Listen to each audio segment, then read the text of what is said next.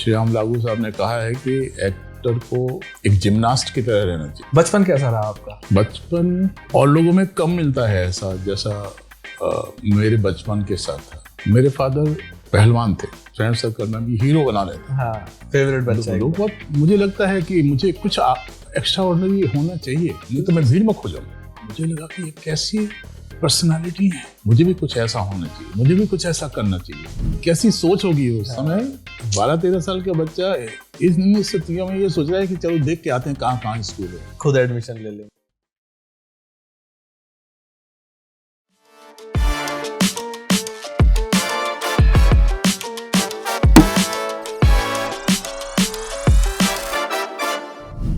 तो कैसे हैं सर आप? बढ़िया बढ़िया, बहुत अच्छा। कैसा चल रहा है सब कुछ? फर्स्ट क्लास एकदम। बढ़िया। अभी क्या है, आजकल काम इतना बढ़ गया है, आदमी जब एक्टर काम करता रहता है तो हमेशा अच्छा ही लगता है जी। अपनी एज के हिसाब से आप बहुत ज्यादा फिट हो औरों के मुकाबले। आपकी एज क्या है? मैं 68 प्लस कह सकते हैं। आप देखिए कितना, मतलब हमारे प्रोफेशन का कितना फर्क पड़ता है हमारी लाइफ पे। जी। हमें जब हम एक्टर होते हैं तो बहुत ख्याल रखना पड़ता है, क्यों हमारी अपीयरेंस ही सब कुछ है हमारे लिए प्रोफेशन में। एक्टर को मैं ऐसा मानता हूँ कि एक्टर को हमेशा फिट रहना चाहिए। जी। और श्रीराम लागू साहब ने कहा है कि एक्टर को एक जिम्नास्ट की तरह रहना चाहिए। जी। हर समय तैयार हर तरह की स्थितियों के साथ लड़ने के हिसाब से अपने आप को फिट रखना। मैं ऐसा मानता हूँ कि जब तक एक्टर प्रेजेंटेबल है जी, तभी तक उसकी वैल्यू है, तभी तक वो अपने दर्शकों में एक्सेप्टेड है। हाँ। जैसे ही कुछ गड़बड़ दिखने लगता है ना, एक्टर बूढ़ा दिखने लगे या ढीला दिखने लगे तो दर्शकों की चाहत से थोड़ा सा बाहर निकल जाता है। बिल्कुल। इसलिए मैं कोशिश करता हूँ कि अपने आप को फिट। तो कैसा लगता है ये वाला जीवन, और आप जब याद करते हो कि मेरा पुराना जीवन, जब स्ट्रगल टाइम चल रहा था, स्टार्टिंग थी आपके करियर की, कितना फर्क महसूस करते हो आप? बहुत फर्क, बहुत फर्क। बचपन कैसा रहा आपका? बचपन बहुत ही एक्साइटिंग रहा। बचपन में कुछ एक चीजें थी जो मुझे जिस तरह के बचपन के साथ वो जुड़ी हुई थी, मतलब और लोगों में कम मिलता है ऐसा, जैसा मेरे बचपन के साथ था। जी।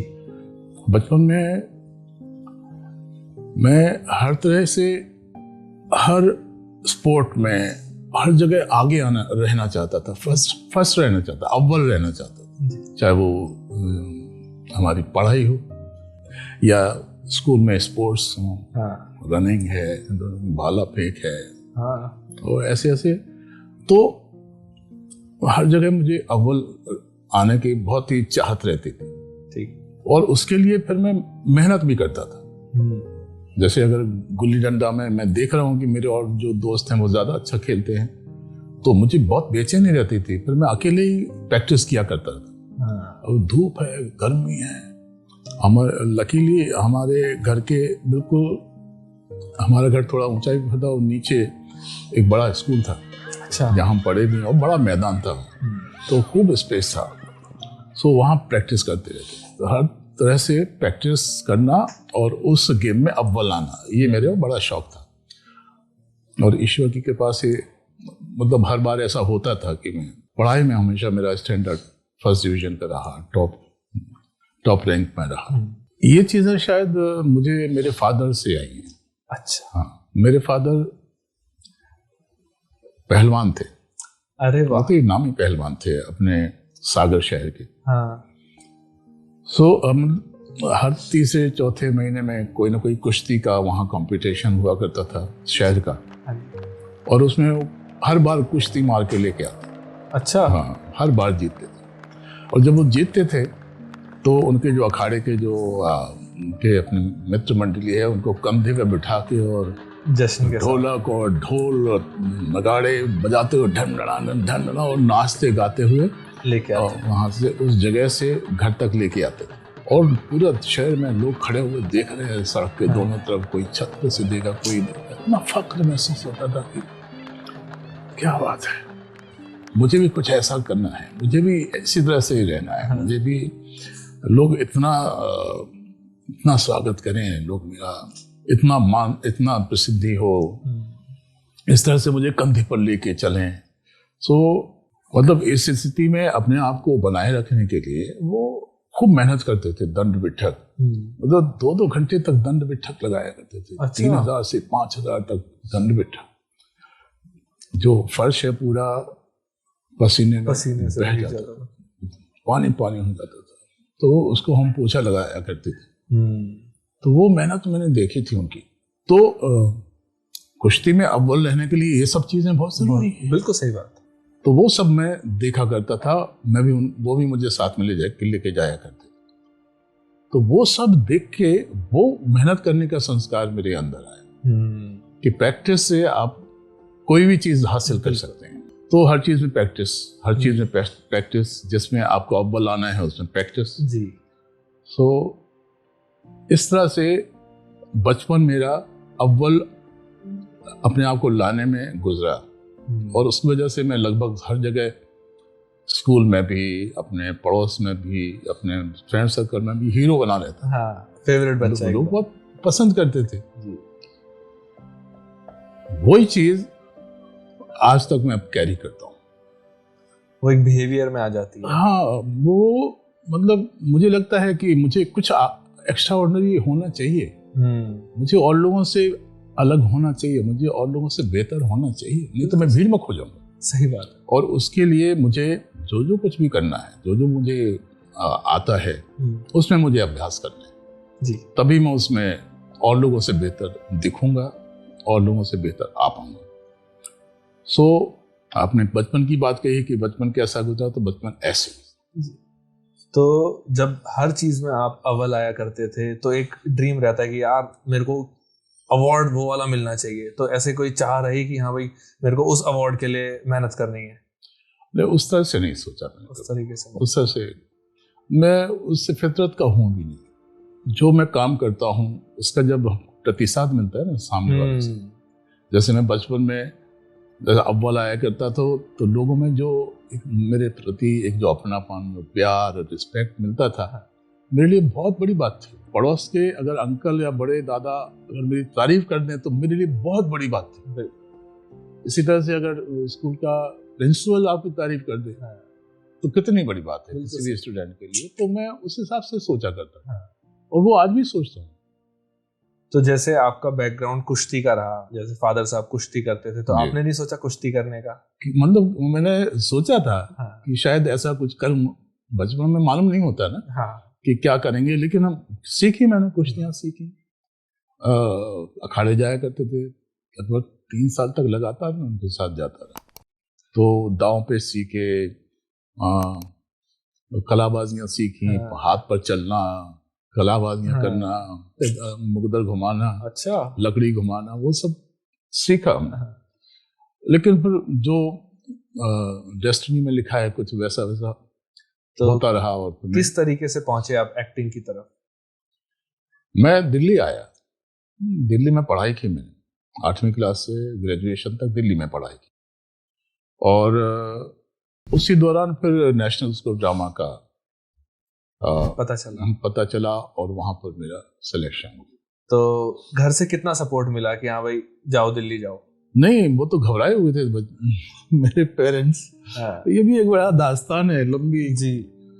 5वीं क्लास में हमारे कोर्स में गांधी जी की आत्मकथा के कुछ अंश पढ़ाए जाते। बहुत सारे अंश थे जिसमें बहुत अच्छी बातें बच्चों को सिखाने के दृष्टिकोण से उसमें थी। उनमें एक बड़ा रेफरेंस था, एक वो प्रसंग था कि गांधी जी बैरिस्ट्री करना चाहते थे लंदन से जी। और आर्थिक स्थिति ऐसी थी नहीं परिवार की कि वो पैसा खर्चा कर सके। सो उनको वहाँ उनकी इच्छा को देखते हुए, और उत्कट इच्छा थी उनकी, उसको देखते हुए उनके फादर ने कुछ व्यवस्थाएं करके उनको किसी तरह से राजा महाराजा उनसे उस टाइम के जो भी अनुदान मिला वो मिला, किसी से उधार लिए, इस तरह से कर करा के उनको किसी भी तरह से लंदन भेज दिया। और वहाँ पढ़ाई करते करते बीच में ऐसा स्थिति आ गई ऐसी कि पैसे खत्म हो गए, पैसे कहीं से आने नहीं है। हाँ। उनको लगा कि ऐसा ना हो कि मेरी पढ़ाई बीच में अधूरी रह जाए, तो उन्होंने वहाँ नौकरी की। ओके। नौकरी की लंदन में, और फिर अपनी पढ़ाई उन्होंने खर्चा पानी निकलता रहे।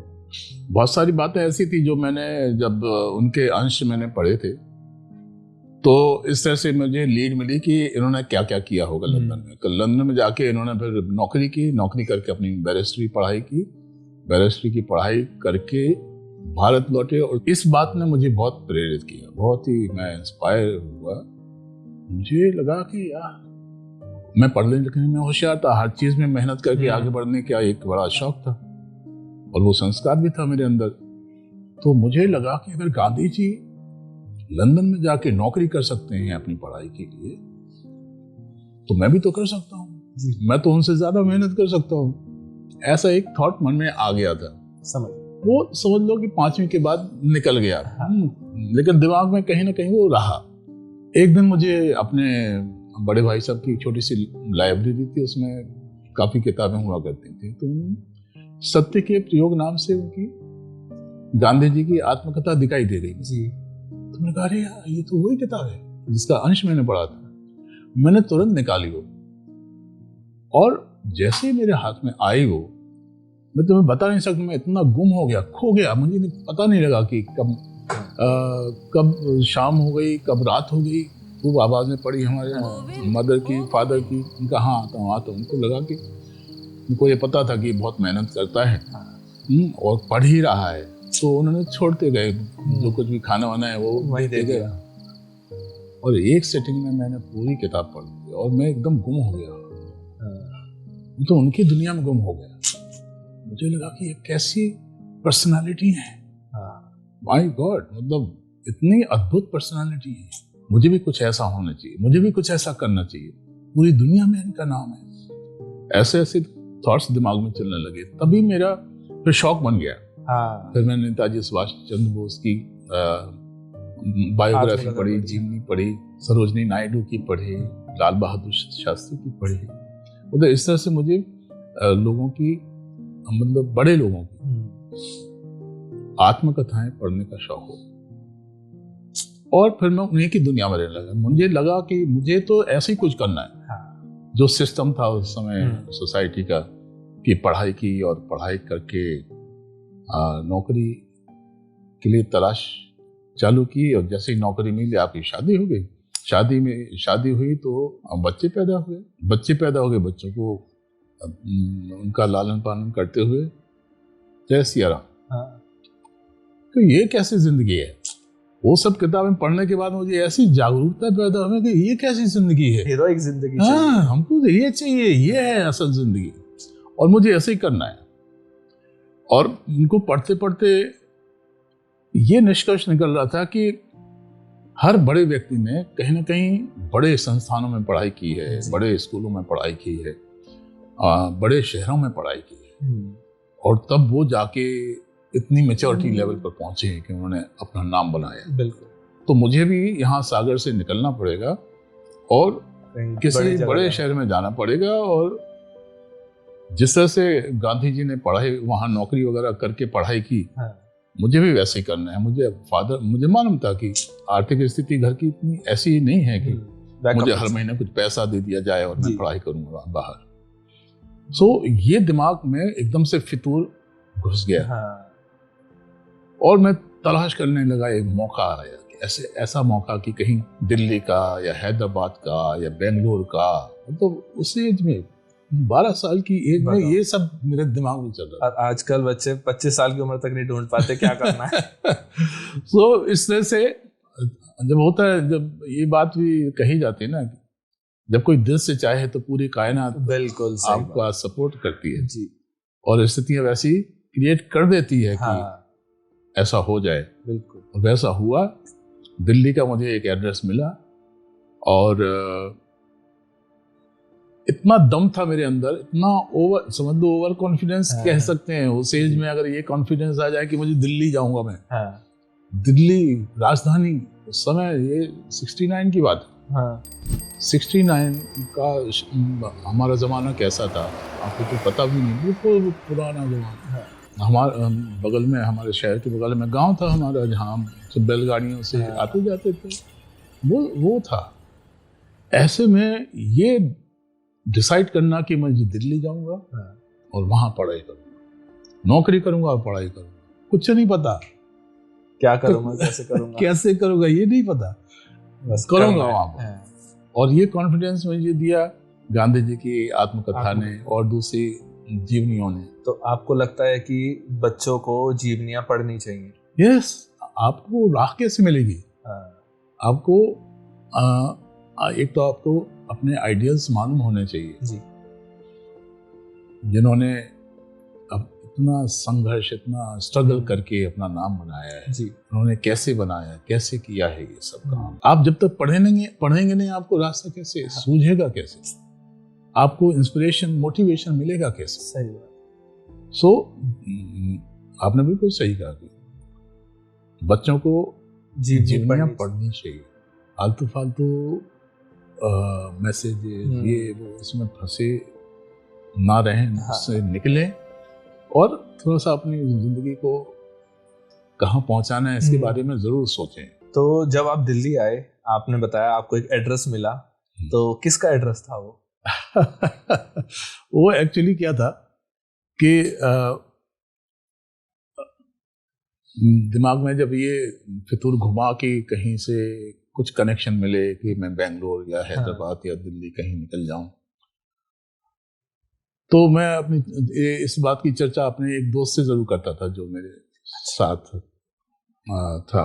उदित सिंह नाम था, अभी तो पता नहीं कहाँ चला गया। अच्छा, बातचीत नहीं अब कुछ नहीं, वो क्या है कि हम फिर 9वीं क्लास के बाद फिर मतलब जैसे मैं आया तो फिर वो गांव चला गया था वापस। ओके। फिर उसके बाद कौन से गांव में था, कहाँ था वो, उसके बाद हमारा कनेक्शन बना ही नहीं। ओ, तो अगर आप हमें कहीं देख रहे हैं सर की वीडियो के दौरान, तो आप हमें इंस्टाग्राम पे मैसेज कर सकते हैं, हम सर से आपकी बात कराएंगे। सो इस तरह से मैं उससे जरूर चर्चा किया करता। तो मैंने कहा कि अगर कहीं से कोई एड्रेस ही मिल जाए तो कम से कम मैं उस एड्रेस पर पहुंच जाऊं, मैं पाँव पढ़ दूंगा, मुझे कुछ दिन के लिए आप रख लो। हाँ। ऐसे तो मतलब इतना कॉन्फिडेंस था। तो उस दोस्त ने एक दिन आके बताया कि मेरे पिताजी के एक दोस्त हैं, हाँ। उनकी चिट्ठी आई है दिल्ली से। अच्छा, चिट्ठी आई है? तो मैंने तुरंत उसको पूछा कि उसमें एड्रेस लिखा हुआ है? तो उसने कहा हाँ लिखा हुआ है। तो मैं कहा लेके आओ ना उसको। तो वो लेके आया, पोस्ट कार्ड हुआ करता था उस समय। तो मैंने जल्दी जल्दी वो एड्रेस लिखा और मैं समझ लो कि वो एक्साइटमेंट के उसमें पहुंच गया। मुझे लगा कि अब तो बस हो गया मेरा जाना, अब तो पहुंच गया मैं। अब चाहे कुछ भी हो जाए मुझे तो यहाँ पहुंचना है। और मैं सोचता था कि पेरेंट्स को कैसे कहूँ, मुझे थोड़ा सा झिझक हो रही थी कि पता नहीं कैसे रिएक्ट करेंगे, कुछ समझ नहीं आया। दूसरे दिन फिर पूरा दिन निकल गया, फिर रात को मैंने मदर से कि हम दिल्ली में पढ़ेंगे। वैसी समझ तो थी नहीं कि कैसे वो प्रस्ताव ना बनाना चाहिए कैसे, और उसके बाद कहना चाहिए। सीधा बताया कि अब तो दिल्ली में पढ़ेंगे। तो वो कहने लगे दिल्ली में पढ़ेंगे। अच्छा, तो मैं सोचा कि ऐसे ही कुछ बोल दिया है, इसके मन में कुछ थॉट होगा। तो मैंने उनको बोला कि आप ध्यान नहीं दे रही हो। कहा हाँ बात करेंगे चलो। वो रात भी निकल गई, मैं बहुत टेंशन में आ गया। मैंने दूसरे दिन फिर कहा कि मैं दिल्ली में पढ़ूंगा और मुझे दिल्ली में पढ़ना है, वहाँ स्कूल में मैं एडमिशन लूंगा और बाकी की पढ़ाई मुझे वहाँ करनी है, यहाँ नहीं करनी। तो थोड़ा सा ध्यान कि तो कुछ सीरियस लग रहा है। तो उनका हुआ क्या है? किसने बोला तुम दिल्ली में जाके पढ़ो? मैंने कहा मुझे किसी ने नहीं बोला, लेकिन मुझे पढ़ना है, मुझे यहाँ नहीं रहना, मुझे ऐसे नहीं करना जो बड़े भाई ये हेड क्लर्क बन गए हैं तो सब लोग बहुत खुश हैं। उस समय ये बात कर रहा हूँ। मतलब वहाँ एक नौकरी मिल जाना बहुत बड़ी बात जी, और वो भी सरकारी नौकरी मिल जाए तो बहुत बड़ी बात है, उसमें पेंशन भी मिलते हैं, जिंदगी हो गई। तो मैं कहा मुझे नहीं करना है ऐसा, मुझे दिल्ली में बड़ी पढ़ाई करनी है। हाँ। तो थोड़ी सी मेरी उनसे तो मैं हो गई, बहस हो गई। हाँ। तो मैं नहीं करता था, हाँ। थोड़ा सा बहस हो गई हल्की सी, और फिर मैं नाराज हो गया, मैं नाराज होकर बाहर निकल गया। दूसरे दिन मैंने कहा कि आपने कुछ बताया नहीं, अब मैं फिर बता रहा हूं, मुझे दिल्ली जाना है, दिल्ली में पढ़ना है, अगर आप लोग नहीं भेजोगे तो मैं भाग जाऊंगा। ये मैंने उनको धमकी दी। धमकी देगी वो डर गई, क्योंकि उनको पता था कि ये थोड़ा जिद्दी है, कहीं ऐसा ना हो कि भागे जाए। तो उन्होंने फादर से बात की। फादर से बात की तो फादर बहुत गुस्से हो गए, खूब डांटा उन्होंने, तगड़ा तगड़ा। मतलब जब वो डांटते पटकाते थे पेशाब आ जाता था, इतना तगड़ा। तो पहलवान भी थे, उनका रौब बहुत था। और उन्होंने हमेशा डांट के रखा है, मार पिटाई वगैरह बहुत नॉर्मल बात थी। पहले के बच्चे तो पिटते थे, अब बच्चे बुरा नहीं मानते थे। हम तो टीचर से इतना पिटते थे पहले, और आज का बच्चा कोई टीचर से नहीं पिट सकता, सीधा कंप्लेंट कर देते टीचर की। तो खूब डांटा, और फिर जब डांट वाट के शांत हो गए तो मदर ने एक साइड में ले जाके बोला कि और मत डांटना, भाग जाएगा। जब भाग जाएगा उन्होंने बताया कि उसने बोला कि हाँ भाग जाएगा, तो वो भी फिर थोड़ा सा सख्ते में आ गए कि ये तो सब गड़बड़ होगी। तुम कहीं इधर आओ, उन्होंने पास बिठा के बोलो बताओ, पूरी बात बताओ। वो पूरी बात नहीं सुनी थी उन्होंने, सिर्फ इस बात से बहुत नाराज हो गए कि दिल्ली जाने की बात कर रहे हैं। अब उनको टेंशन है कि दिल्ली जाने की बात कर रहे हैं, पैसे तो इतने ऐसे थोड़ी है कि दिल्ली चले जाए।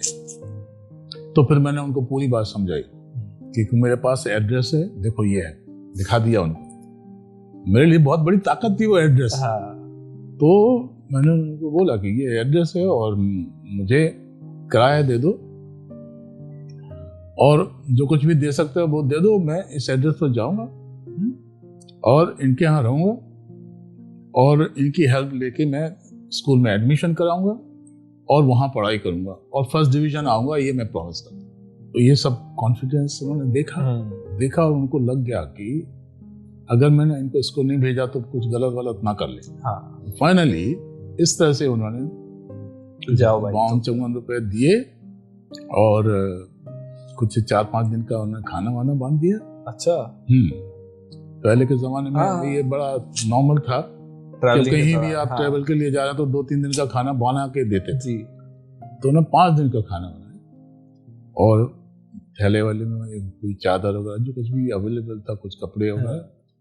और छोटे भाई बोला कि छोटा भाई तुमको छोड़ के आएगा। वहां से बीना एक शहर है सागर के पास, जो जंक्शन था। ओके। और वहां से दिल्ली के लिए ट्रेन जाती थी, हमारे सागर से नहीं थी डायरेक्ट, दिल्ली की पैसेंजर ट्रेन। उस पैसेंजर ट्रेन से हम दिल्ली पहुंचे। बस वो एड्रेस और रिक्शे वाले को बोला कि इस एड्रेस पर चलना है, कितने पैसे वगैरह जो कुछ नॉर्मल नहीं समझ थी, उसने उस एड्रेस पर पहुंचा दिया। हम पहुंचे, बस हम हाथ जोड़ के खड़े हो जाएंगे तो वो अपने आप कुछ ना कुछ कर देंगे। अब क्या करें, ऐसा मैंने सोचा और एक काम करते हैं, पहले देखते हैं कहाँ स्कूल हैं। कैसा मतलब कैसी सोच होगी उस समय। 12-13 साल का बच्चा इन स्थितियों में ये सोच रहा है कि चलो देख के आते हैं कहाँ स्कूल है, खुद एडमिशन ले लेंगे। एक्साइटमेंट ये है कि स्कूल देखना है, मुझे स्कूल में एडमिशन लेना है। तो उस दिन जहाँ रोड्स दिखाई दिए, जहाँ ठीक ठाक रोड दिखा दिए, उस रोड पे चल पड़े। आसफ अली रोड, जो दिल्ली के आसपास, नई दिल्ली के आसपास के रोड्स थे, या वो करोला की तरफ का रोड, इस तरह से ऐसे रोड्स पर जाते घूमते सदर के आसपास पहुंच गए। सदर के आसपास मतलब दिन भर चलना है तो कहीं नहीं इस रोड को छोड़ा, उस रोड को पकड़ लिया। और 1 दिन गुजरा, 2 दिन गुजरे, 3 दिन गुजरे, दिन भर घूमता था। उसके बाद जब रात हो गई, आके रेलवे स्टेशन पर अपनी चादर बिछाई, सो गए। अच्छा। खाना वहीं बैठ के खाया, बस हो गए। ये हिसाब हुआ करते थे। तकरीबन 4 दिन हो गए। 5वें दिन जब 5 दिन आपने प्लेटफॉर्म पे बिताए? प्लेटफॉर्म पर बिताए बिना किसी प्रॉब्लम के। अच्छा, अभी आप मुझे सिस्टम है मतलब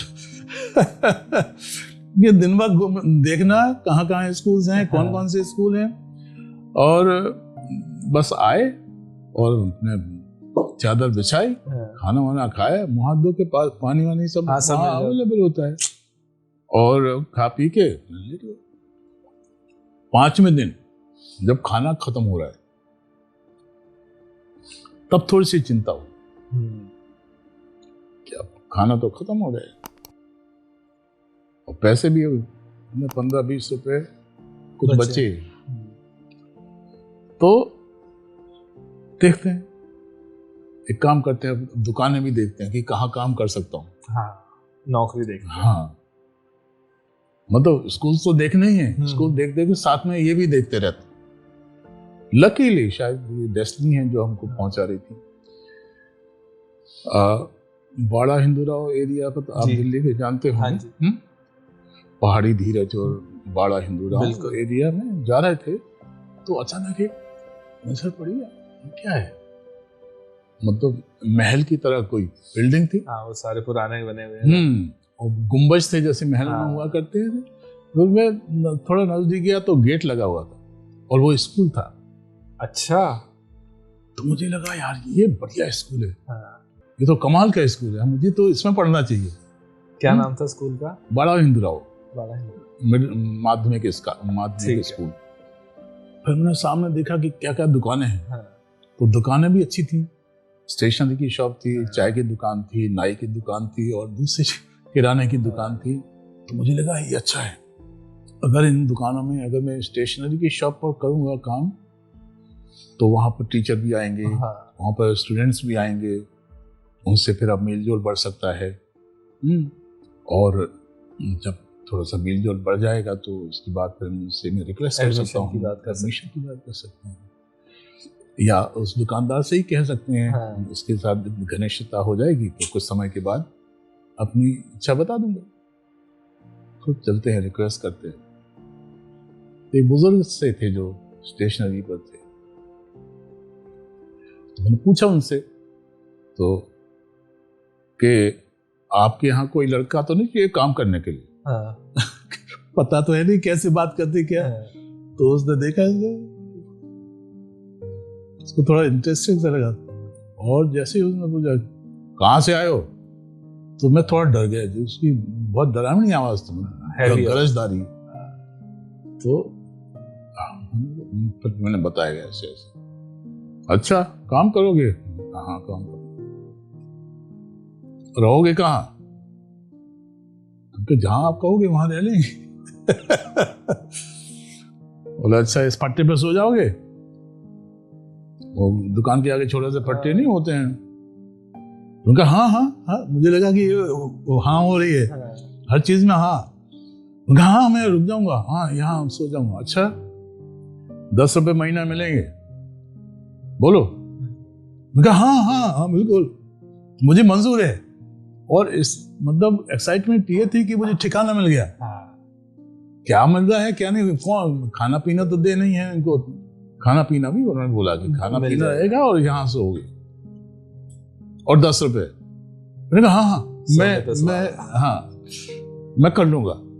और इस तरह से मैं उस दुकान में काम कर लूँ। गांधी जी दिमाग गए थे, गांधी जी ने लंदन में जाके अगर किया है, दूसरी कंट्री में जाके, तो ये तो मैं तो क्यों नहीं कर सकता।